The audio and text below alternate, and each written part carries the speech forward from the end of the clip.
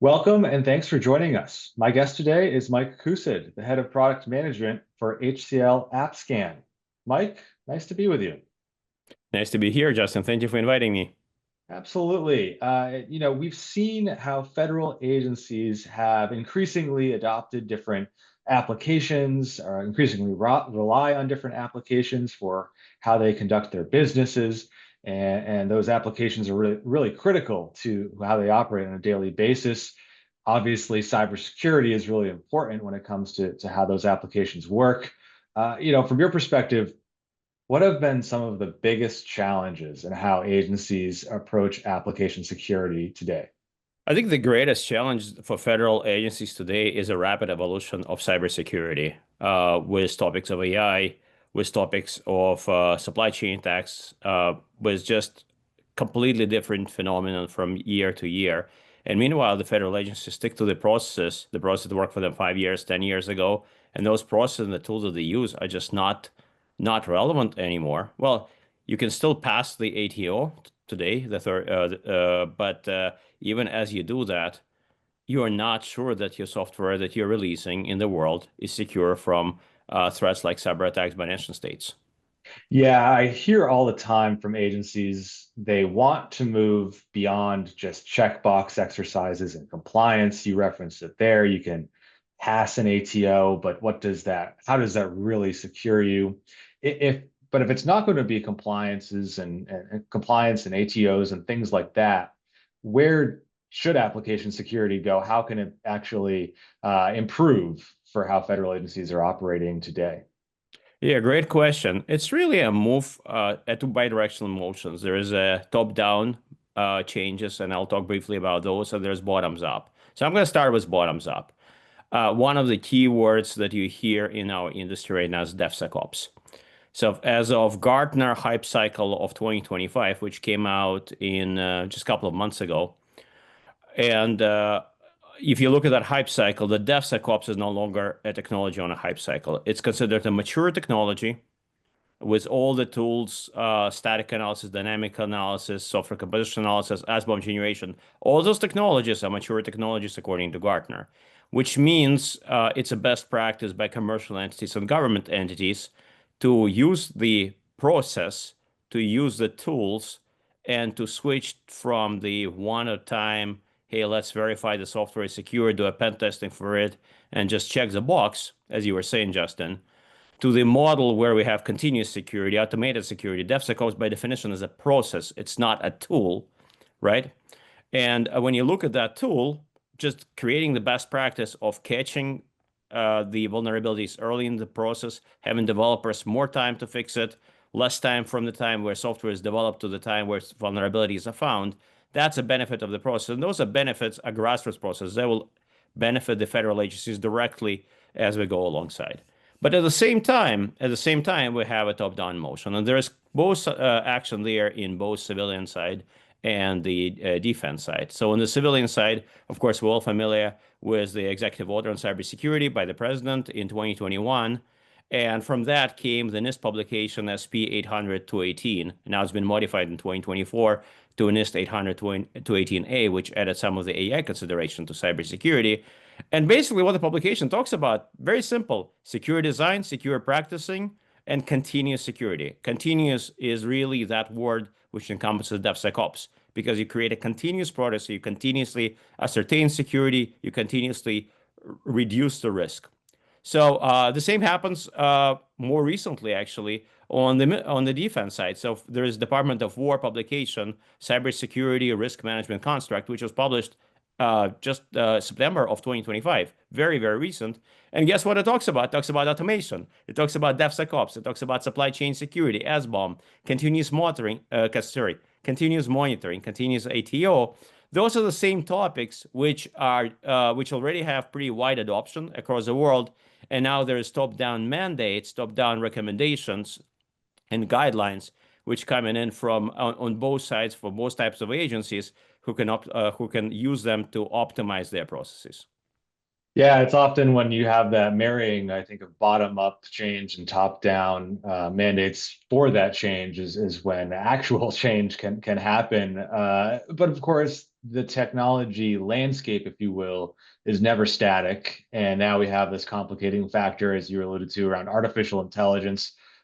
Companies are embedding AI seemingly into every application on the planet in one way or another. And of course, AI could help cyber defenders, as we've heard from a lot of folks over the last few months as well. What do you see as AI's impact on application security and what we've talked about today? Yeah, Justin, great question. And AI has been absolutely transformative to this market, to this industry completely. I separate AI impact on our space in kind of three buckets. Number one bucket is offensive AI.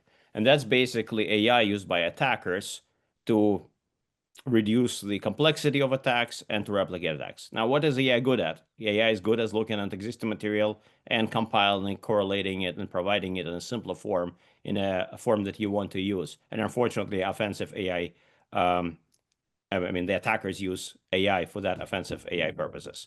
So one of the things which is unfortunately the easiest to exploit is what we call known exploitable vulnerabilities.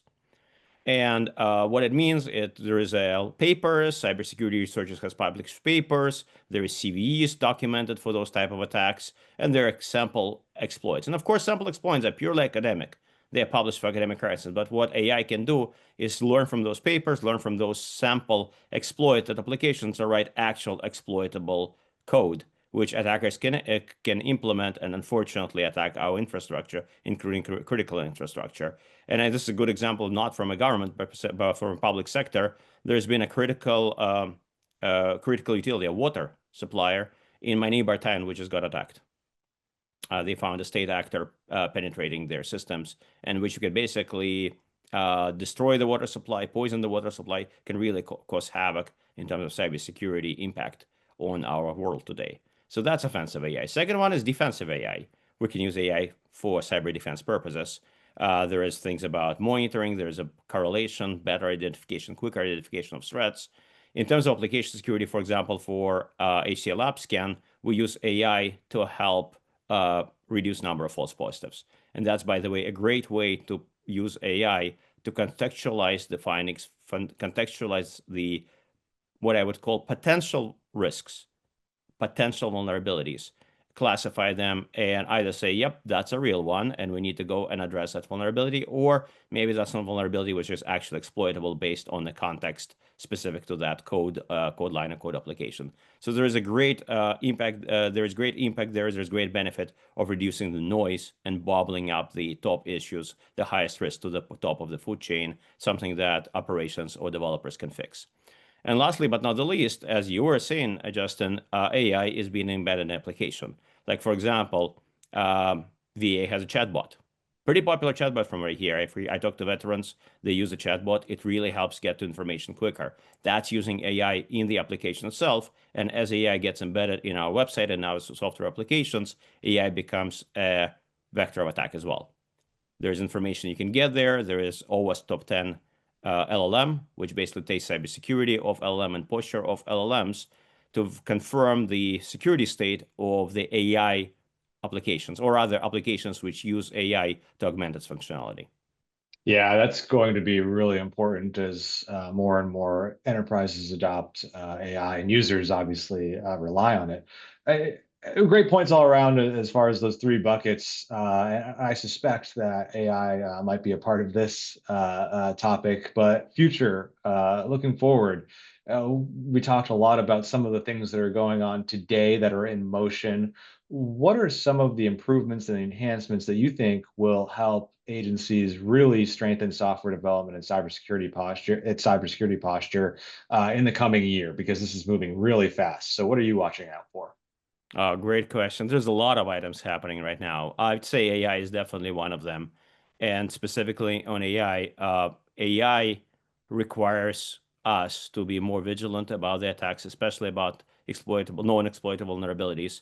And from a cybersecurity perspective, from application security perspective, we need to prioritize and address them. And that's, again, a good thing that AI can help address them. Okay, AI can provide triage, AI can even provide fixes. So what we're going to see is what we call AI code security agents, not just AI coding agents. I'm not talking about vibe coding which by the way is going to happen anyway. And vibe coding is going to increase the number of code, a number of applications generated. You're going to have AI agents, which are completely vibe coded. You're going to have MCP servers, which people download from the internet, from github.com. And by the way, there was an attack with a malicious MCP server. Imagine putting that thing into your environment. And MCP server is new technologies. There's no standards how to test MCP servers yet. The MCP word was created in 2025, right? So security of those components is absolutely going to be critical. It's going to be a forefront, and we need to be aware of them. We need to find tools. We need to find processes to do that. And one of the ways to do it is, of course, automation. The thing I was talking about, DevSecOps, we need to standardize on those processes. We need to standardize on modern tools, 2025 circuit tools, not tools from 2020, not tools which we used for ATO in 2016. Those tools may not be relevant anymore. That's kind of the problem. So automation of those, so identification of those tools, automation of those tools, and putting the DevSecOps process, I think, is going to be a big factor there. So we'll talk a little bit about MCP servers and potentially malicious MCP servers. In that context, there is general malicious code which can come from open source. So that brings my focus to the supply chain security and SBOM. I briefly talked about it, and that's going to be a continuing topic.